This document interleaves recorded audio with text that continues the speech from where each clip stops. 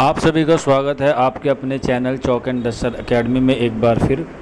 और आप लोगों को मालूम है कि अलीगढ़ मुस्लिम यूनिवर्सिटी में जो है वो काउंसलिंग चल रही है और वहाँ पर जो है वो स्टेप बाय स्टेप जो है वो फर्म लिस्ट आ रही है, यानी कि जिन बच्चों के डॉक्यूमेंट्स वेरीफाई हो चुके हैं उनकी जो लिस्ट है वो जारी कर दी गई है। उनको जो है वो आगे प्रोसेस करना है। ये लास्ट स्टेप होता है आपकी फर्म लिस्ट का। इसके बाद आपको फ़ीस पेमेंट करके आपको अपना एडमिशन जो है वो कंफर्म करा देना है।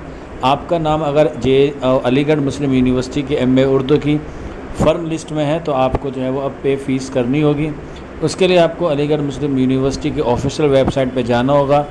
वहाँ पर आपको लॉगिन करना होगा अपने आईडी और पासवर्ड से और आप अपनी फ़ीस पेमेंट करके जो है वो अपना एडमिशन कंफर्म करा सकते हैं। अगर कोई डाउट रहता है या कोई क्वेरी है तो आप लोग नीचे कमेंट बॉक्स में या फिर आप हमारे व्हाट्सअप नंबर 9045220432 पर हमसे रब्ता कर सकते हैं।